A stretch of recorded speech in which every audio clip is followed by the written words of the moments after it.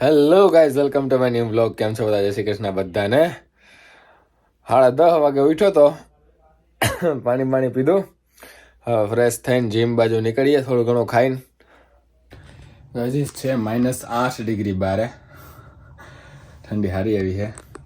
આપણે થર્મલ તો નથી પહેરવાના, પણ નીચે આની અંદર થર્મલ તો નહીં પહેરીએ, પણ હે ને મોજા હે ને આવાળા પહેરીએ ને તો હે ને લોઅર એવું છે ને તો એટલું ખુલ્લું રહીએ એમ, એટલે ઠંડી બહુ લાગે. તો આપણે મોજા થોડા જાડા પહેર લઈશું અને નીકળીએ. આજે ગૌરાંગને હમણાં જવાનું છે અડધી પોણી કલાકમાં, તો આપણે ગાડી લઈને તો આપણે જઈ નહીં શકીએ જીમ, તો હાલીને જ જવું પડશે. તો થોડો ઘણો પ્રબંધ કરીને નીકળીએ. જો ગાઈસ, તડકો તો હે, પણ -8 ડિગ્રીના લીધે જે બરફ 2 અઠવાડિયા ઓગળવાનો ચાલુ થઈ ગયો હતો ને, એ અત્યારે બ્લેક આઈસ બની ગયો છે. બ્લેક આઈસ, જો સ્લીપરી સાવ. હું આની વાત કરતો હતો, બ્લેક આઈસની મેં વાત તમને કરેલી છે ને, કરેલી છે, બહુ બધા વ્લોગ પહેલાં કરેલી છે, તો આજે પાછું કહી દઉં તમને. બ્લેક આઈસ એ આઈસ હોય કે જે પહેલાં છે ને સ્નો પડે ત્યારે આવી સોફ્ટ પડે, બરાબર હે? નહીં, આ હાર્ડ થઈ ગઈ એમ તો, પણ હાવ સોફ્ટ હોય એમ પહેલાં આઈસ હોય ને. પછી એ હમણાં તમે જોઈ બ્લેક આઈસ ક્યાં ગઈ, પાછી જઈને બતાવું તમને. આ રહી,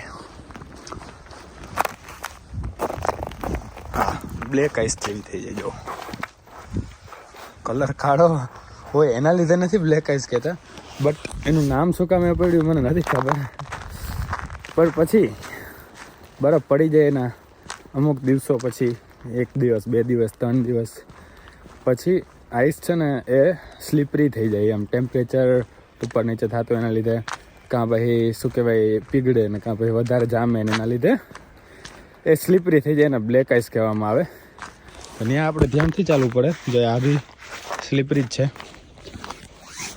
તો ત્યાં આપણે ધ્યાનથી ચાલવું પડે, એટલે જ તે સ્નો શૂઝની જરૂર પડે, એટલે જ સ્નો શૂઝ પહેરવામાં આવે. પણ અત્યારે તો લાગતું નહોતું મને કે સ્નો શૂઝની જરૂર પડશે. આપણે જાડા મોજા પહેરી લીધા જેમ તમને મેં કીધું. અને બીજું હજી એક ખુશખબરી છે, આપણે આજે છે રજા, તો મજા જ મજા. જોઈએ, જીમમાંથી ઘરે આવીએ પછી જોઈએ શું કરશું, રોજાનો ઉપયોગ કઈ રીતે કરવાના છીએ મને નથી ખબર, હજુ તો જોયું જશે. અત્યારે તો જીમ બાજુ જઈ રહ્યા છીએ, જઈએ. આ જુઓ તમે,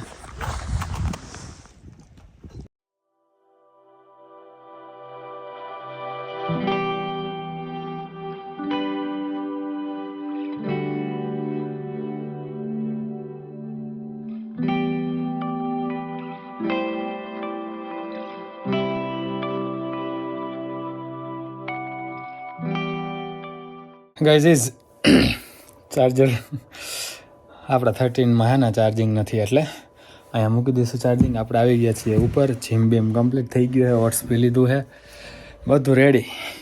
અને હવે આપણો પ્રોગ્રામ છે મૂવી જોવાનો.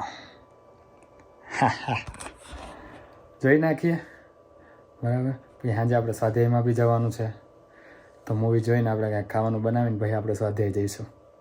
ગાઈઝ, બધો લબાચો લઈને હું હવે નીચે આવી ગયો છું. અને આ કેમ ચાલુ ન થાય? હા, ઓટોમેટિક થઈ જવી જોઈએ, પણ ના થાય. હા, પેલા બધા ને માલ સામાન છે ને આપણે રૂમમાં મૂકી દઈએ. આપણો રહ્યો બેડ, ત્યાં બધો સામાન મૂકી દઈએ આપણે પહેલાં.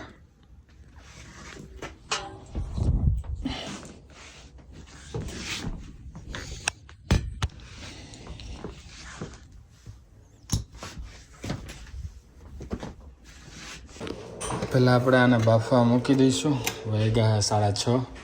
આપણે પાસે અડધી કલાક છે શાક બનાવવા માટે. શાનું શાક બનાવશું? રીંગણાનું બનાવીએ કે ફુલાવરનું? રીંગણા બટાકાનું બનાવી નાખીએ. હવે આપણે ખીચડી બનાવશું, પણ તો એમાં આની તો જરૂર પડશે જ તે. તો ભલે આને બાફવા મૂકી દઈએ. આપણા બીન્સ પલાળેલા છે અને કરીએ ચાલો. આપણે બનાવશું વઘારેલી ખીચડી. એના માટે પહેલાં એને બધું સામાન અને દાળ પલાળી દઈએ. આ કુકર, આ કુકરને તો બંધ નથી કર્યું, કરી દઉં ઉભા રહ્યા પહેલાં હે ને, પછી બધી દાળ પલાળીશ.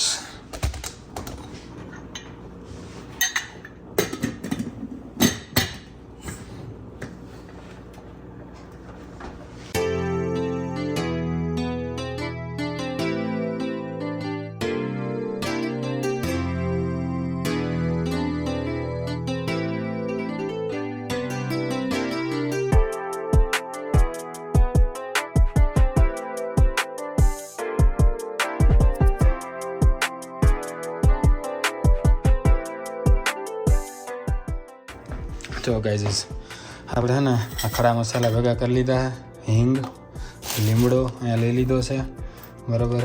આ આપણું રાઈ, જીરું ને મીઠું ને ચટણી ને હળદર ને ધાણા જીરું. આમાં છે ને બધું મિક્સ વેજ હોય, ફ્રોઝન. જોઈ લ્યો શું છે,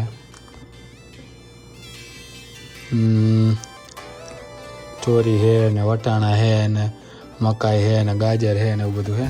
ટમેટા હરિયા આપણે રીંગણાઈ નાખશું, ધાણા ભાજી હારે.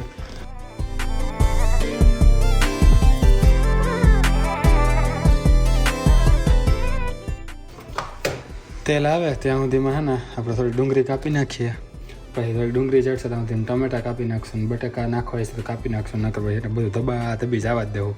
આપણે ભાઈ ટાઈમ છે નહીં, જો 6:43 થઈએ, આપણે છે ને 7 વાગે નીકળી જવું પડશે, એટલો જ ટાઈમ છે આપણી પાસે.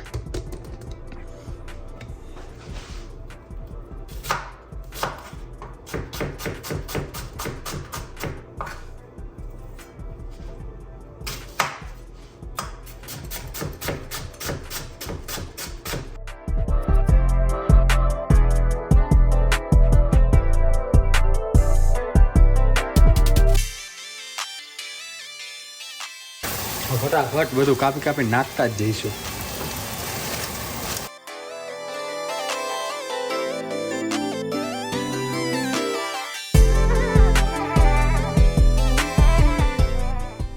હાલો, શાકભાજી તો બધા નાખી દીધા છે આપણે, અને હવે છે ને મસાલા નાખી દઈશું, થોડુંક પાણી નાખી દઈશું. થોડાક મસાલા છે ને શાકભાજીમાં બેસી જાય ને પછી આપણો માલ સામાન જે છે, દાળ બધી પલાળી છે ને આપણે જે બધી, એ બધી નાખી દઈશું. આ છે ગાર્લિક પાવડર, એટલે કે લસણનો પાવડર. લસણ સૂકવે ને પછી એનો પાવડર બનાવે, બરાબર. આપણે પાસે લસણ ફોલીને કાપવાનો ટાઈમ હતો નહીં, એટલે આપણે આ નાખી દેવું. એ બધા મસાલા નાખશું ત્યારે નાખી દેવું ભેગા ભેગ. આપણે મરચી એ નાખી છે ને, હતી નહીં જોકે, અને આપણે પાસે ટાઈમે નહોતો જોકે, મરચી હોત ને તોય ત્યાં, એટલે એ નાખી નથી. એટલે આપણે લાલ મરચું પાવડર, જે ભૂકી પાવડર છે એ બી વધારે નાખી દીધો.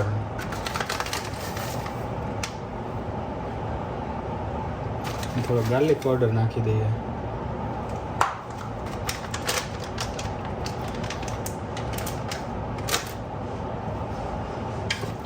એટલે આપણા મરી મસાલા બધું થઈ ગયું. હાલો, તો થોડોક ઉકળવા માંડે એટલે હે ને આપણો ઓલો બધો માલ નાખી દેવું. આપણો થોડી કસૂરી મેથી નાખશું,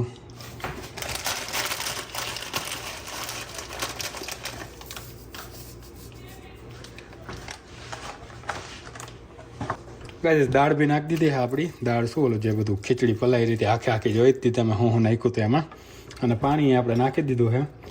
ઢીલી બનાવવી છે એટલે પાણી આપણે વધારે રાખશું. આજે નાખી દઈએ થોડુંક.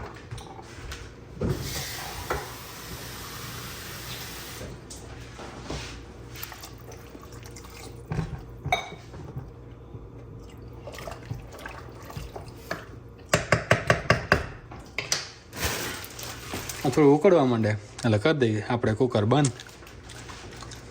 થોડુંક ઉકળવા માંડે ત્યાં સુધીમાં આપણે કપડાં બદલતા આવીએ. ને પહેરતા આવીએ, કેમ કે આપણે 1 કિલોમીટર હાલીને જવાનું છે. ત્યાંથી એક ભાઈ આવશે, ભાઈબંધ લેતા જશે, મિત્ર અમારા. તો 1 કિલોમીટર તો હાલવું જ પડશે. એના માટે બધું પહેરવેશ પહેરવો પડશે ને, -10 ડિગ્રીનો બધો. ખીચડી આપણી ઉકળવા માંડીએ અને આપણી પાસે 2 મિનિટ છે નીકળવા માટે, તો નીકળી જઈશું.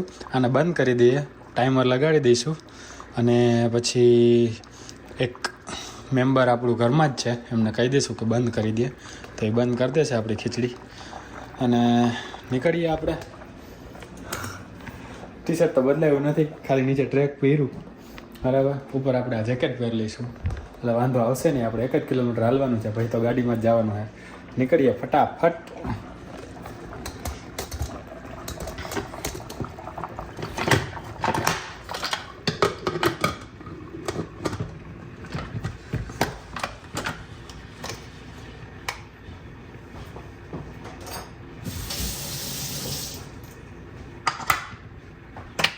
આ દિવસે પૂરો કરીએ વ્લોગને બી સાથે સાથે.